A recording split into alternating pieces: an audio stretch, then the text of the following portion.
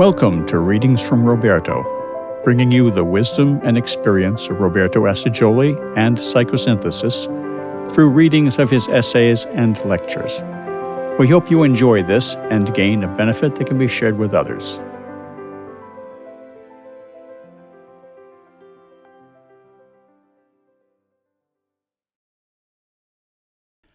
Disidentification from the Body and from Emotions by Roberto Assagioli. Read by Jan Kuniholm. Part 1. Disidentification from the Body.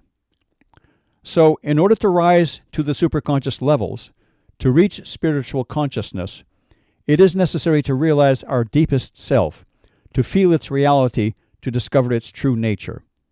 And to do this, we must first of all distinguish it from the not self, the not I, from what it is not, and with which it is instead continually identified and confused in us. Method of discrimination of disidentification of the ego from the non-ego, which was the viveka of the Indians. The self, or I, has this peculiar tendency to identify with the not self, the not I, to immerse itself, almost to lose itself in something to the point of forgetting, to the point of denying its true nature. Maya, or appearance, and avidya, or ignorance. This originally had a purpose, a most important reason, the acquisition of self-awareness, of a sense of individuality. But enough of that now. It's time to awaken to the consciousness of our true nature, to liberate ourselves, to manifest our latent powers. The first step on this path is to differentiate ourselves, to disidentify ourselves from our bodies. Indeed, it can be said that for a certain number of people, which is not so small, we have to start further out, from the clothes. There are really people who almost identify with their clothes. They give such importance to outward appearance that they almost change personality depending upon how they are dressed. This was pointed out with witty exaggeration by Italian playwright Massimo Bontempelli in one of his recent plays, and this had already been discussed from a higher and more symbolic point of view by English writer Thomas Carlyle in his Sartor Resartus. But, returning to the body, we can say that almost everyone feels at one with their body. They own its conditions and sensations, saying, I am hungry, I am thirsty, I am tired. They struggle or even fail to conceive of their own separate existence, independent of their body. It is a lived materialism. We need to get rid of it. It is the first door to break through or open to get out of prison. Let's see what tools we have to do this, what facts and reasons can help us in this. Our sensations are interpreted, constructed into images, subjective concepts based upon perceptual illusions. We therefore do not know the external world, matter in its reality, but only our own image, our representation of it, which we project to the outside world. The second way, the philosophical way, is in a sense even more radical. It undermines the very foundations of matter, in whose substantial objective reality ordinary man naively believes. Idealistic philosophies such as Indian Vedanta, Buddhism, and in Europe the conceptions of Anglo-Irish philosopher George Berkeley and later idealists, and the various critiques of knowledge by Immanuel Kant and others, make it evident in more or less different ways that it is a gross illusion to believe that things per se are as we perceive them. They appear to us as such, or through a double deformation, and indeed are a subjective construction. Of the mysterious universe around us, we have only limited glimpses, allowed by our five senses, which pick up only a small fraction of the vibrations that exist. There are large discrepancies between auditory, thermal, and visual vibrations and what we can sense. We have no direct organs to perceive the faster ones, corresponding to X-rays and so on. With other senses, the invisible world would be visible, sounds would be seen, and colors heard, and so on, like radio waves. With different perceptions, opaque solids would be transparent, and vice versa. Recent advances in physics have finally dealt the final blow to the classical conception of matter as an extended substance endowed with mass. The concept of matter believed to be solid was dissolved by physicists, first into a dance of infinitesimal particles as distant from each other as the sun and the planets, and then even into charges of electric energy in gyrations of ions and electrons, in vibratory quivers of the ether at a speed inconceivable to us. The laws of matter and energy, once believed to be so firm, proved to be not valid at the level of the infinitely small. The very last scaffolding of space and time on which the materialist conception of the external universe swings was based on linear concepts, and according to some has already collapsed under the blows of the new conceptions of relativity. To what does all this lead to, if not to the final demise of all materialism and positivism with their unworthy subjugation of spirit to matter, to the confirmation of healthy critiques of knowledge of an idealistic character, and finally to the triumph of the spiritualist conceptions that have affirmed the supreme reality of spirit in all ages? Here, however, we must understand ourselves. We must not go to the point of absurdity and caricature. No sane spiritual conception denies the empirical and apparent existence of the external world, just as no spectator denies the apparent and momentary existence of the scenery, the actors, and the unfolding of the drama represented in the theater. But I realize that I am going into and raising difficult, complicated issues. Back to the essential point. The convergent results of the most modern science and spiritual philosophy of all times lead to the conclusion that matter has an empirical semblance, but no substantial and permanent reality, that it is an aspect, a product, a mode of manifestation of spirit, which is the only substantial and efficient reality. From this there derives a practical consequence of enormous value, that the spirit can do everything over matter. There are no limits to its transformative and redemptive action.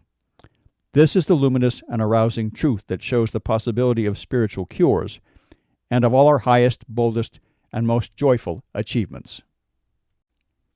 Part 2. Disidentification from emotions. In past meetings we have seen that in order to awaken spiritual consciousness, to ascend to the luminous regions of superconsciousness, it is necessary to do a twofold inner work. One, a direct and positive one, of elevation and expansion of ordinary consciousness, and two, a negative one, of detachment, liberation, and disidentification from everything by which the consciousness is absorbed, seized, and enslaved. That is, from almost everything that constitutes our ordinary personality. We have already talked about the first liberation to be attained, that from identification with the body. We have shown that we are not our body, that we have to regard it as a tool that we use, but that is not part of our true being. Today we are going to talk about another liberation, another more subtle and more arduous disidentification, that from our emotions and feelings. Man generally is completely identified with his emotions. In fact, he derives his sense of living and being from them. When he vibrates in a contrary way and does not feel, he does not even seem to live or to exist. He prefers to feel pain rather than not feeling at all. This explains so many facts of life. The search for sensation and excitement is revealed, first, in the craze for stimulants such as alcohol, opium, morphine, cocaine, and so on. Second, in the thirst for spectacles, the bread and circuses, especially exciting and dramatic, even brutal spectacles such as circuses, wrestling contests, bullfights, and adventures. Third, in adventurous readings, romances, and so on, in the passion for play, for risk of all kinds. Yet identification with emotions is an illusion, a vital demonstration given to us and imposed on us, that we are not our emotions, consists of the stages of aridity. Aridity could be defined as the temporary paralysis of emotional and affective life. Just as one may have a paralyzed limb or other part of our physical body, so a paralysis of emotional and affective life may occur, a most painful state, of a special sorrow, not sharp pain, but a sense of emptiness, of nothingness, a deathly chill. It seems to the person that he no longer lives, that he does not exist, that he has lost himself. He seems to be a living corpse. In fact, the part with which she identified, vitally, is temporarily paralyzed, practically dead. Yet the person realizes that in spite of everything, she continues to live. If she knows how to observe herself and has psychological finesse, she realizes that she is a paradox. That is, while she does not feel anything, she must also recognize that she knows that she does not feel.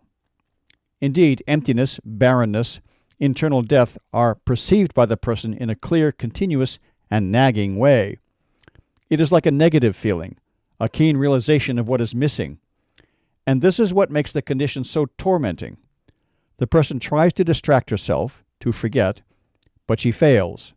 That negative feeling haunts her, continually gripping her attention. How do you explain this? The only explanation is that there is a different center of consciousness in us, superior to the emotional consciousness, a center that perceives this paralysis. Gradually, the person realizes that one can live even without emotional consciousness. This is the great lesson. But there is more. In the absence of ordinary emotions and feelings, in that emptiness, in that inner silence, spiritual consciousness sometimes awakens. This consciousness is a new path, quite different from the previous one. Instead of the particular emotions and feelings, one has a sense, a direct perception of the spiritual I, or self, that is different and detached from them. Important practical conclusions. If this is the path of spiritual development, of seeking and discovering the true I, or self, we should not passively wait for life to impose itself on us, to drag us along this path. We can follow it spontaneously, willingly. It is done faster, and we suffer less. It is done gradually and more harmoniously, with fewer crises. The program is, first, recognize intellectually and convince ourselves of what was said above. Second, discipline and curb the thirst for feeling. And third, exercise mastering the emotions. Stir them up and drive them out at will. Inner silence, recollection. We come to feel that we are not our personal emotions. They come and go, while the I remains. They arise and fade away, transform and alternate, while there is a fixed center of consciousness in us that does not participate in that flow. It observes as a spectator. It assimilates the vital lessons given by the emotional experience. It develops and enriches its self-consciousness through the play of emotions. But by nature and essence, it is fundamentally different from them. It belongs to another, higher sphere of reality. Other aids to disidentification. Cultivate peace. Do emotion inhibition exercises. In this opposition between I, or self, and will on the one hand, and emotion on the other, diversity is realized. Meditation on the infinite and the eternal.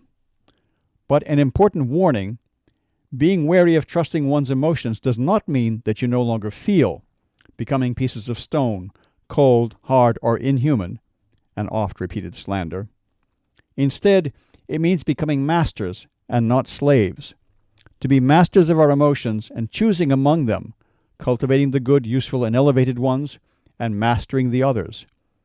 This is a more conscious feeling. Indeed, the higher life of feeling is refined, expanded, and enriched. For every violent and overpowering emotion that is overcome, new and more exquisite feelings are acquired.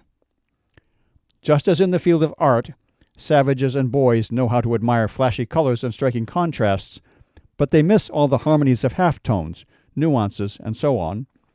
And in music they love only deafening sounds and superficial, obvious, trivial melodies, and are deaf to complex harmonies, to the beauties of classical polyphonies, of a Bach fugue or a Beethoven symphony. So it happens in the whole field of feeling. Whoever overcomes, abandons, and transcends the lower conquers the higher. Also, and especially in the life of feeling, The very profound esoteric warning of Jesus is true. Only he who loses his soul will save it.